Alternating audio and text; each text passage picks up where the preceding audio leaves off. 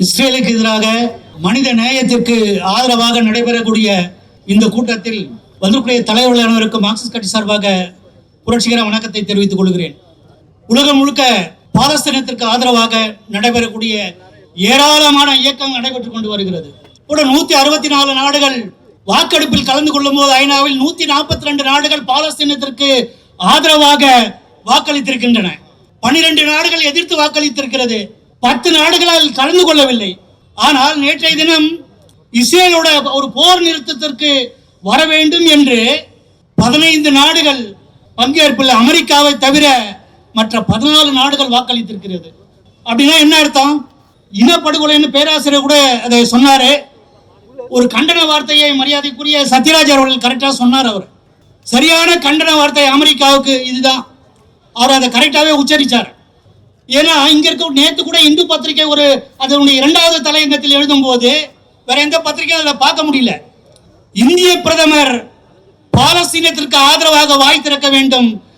காசாவில் நடக்கூடிய படுகொலைன்னா 12,000 குழந்தைகள் கொல்லப்பட்டிருக்கு. 12,000 குழந்தைகளுக்கு மேல 18,000 பெண்கள், 1,400 மருத்துவர்கள், செவிலியர்கள் கொல்லப்பட்டிருக்கிறாங்க. ஒரே ஆண்டில் 86,000 டன் குண்டுகளை காசா மீது பொழிந்திருக்கிறது இஸ்ரேல். எவ்வளவு பெரிய சேதாரம்! வாழ்வதற்கு இடம் என்று வெளியே அனுப்பு, 48 மணி நேரம் கெடு, பள்ளிகள் தாக்க, வேற எங்கேயுமே நடக்கல. ஆனால் இதற்கு ஆதரவாக அமெரிக்கா எவ்வளவு தெரியுமா நிதியுதவி செஞ்சிருக்கு? 1,66,000 கோடி ரூபாய் நிதியுதவி செய்திருக்கு. என்ன இதுல ஒரு ட்ரம்ப் கேட்கிறாரு, எனக்கு பிச்சைக்காரன் நோபல் பிரைஸ் கூட. அது கூட எதுக்கு? அமைதிக்கான நோபல் பரிசு. உனக்கு அமைதிக்கான நோபல் பரிசு கிடைக்காது. You are a war criminal.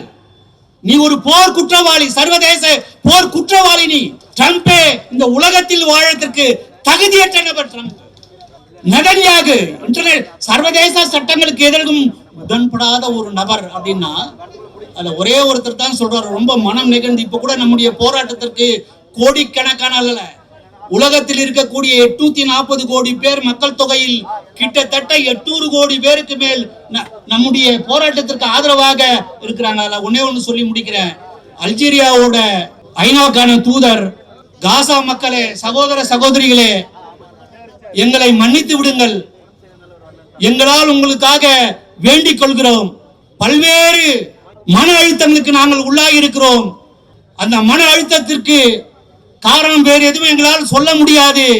பல நாடுகள் நமக்கு ஆதரவாக நின்றாலும் உலகத்தில் அவை இஸ்ரேலை தட்டி கேட்பதற்கோ அதன் மீது ஒரு வலுவான ஆதிக்கத்தை செலுத்துவதற்கோ இயலாமல் இருக்கிறது. அதை நாம் வேடிக்கை பார்க்கக்கூடிய நபர்களாக இருக்கிறோம். ஆனால் ஒரு நாள் நெதன்யாகுவும் ட்ரம்பும், அதாவது இஸ்ரேலும் அமெரிக்காவும் தண்டிக்கப்படுவார்கள். அதுவரை நாம் காத்திருக்க வேண்டும் என்று சொல்லி நம்முடைய போராட்டங்களை மேலும் மேலும் வலுப்படுத்தி உலகத்தின் காதுகளில் எதுவும் நடக்காத ஒண்ணும் கிடையாது. பாலஸ்தீனம் இப்ப தனி நாடு என்று அறிவிச்சாச்சு இல்ல? 142 நாடுகள், ஐரோப்பிய கூட்டமைப்பில் இருக்கக்கூடிய நாடுகளும் நமக்கு ஆதரவாக இருக்கிறது. அதை சொல்லி மார்க்சிஸ்ட் கட்சி இடதுசாரிகளும் என்றென்றும் பாலஸ்தீனத்திற்கு, அது யாசர் ஆராபத் காலம் தொடங்கி இன்று வரை அந்த நாட்டு மக்களோடு உடனிருப்போம், என்றும் உடனிருப்போம் என்று சொல்லி வாழ்க ஜனநாயகம் என்று கூறி நிறைவு செய்கிறேன். நன்றி.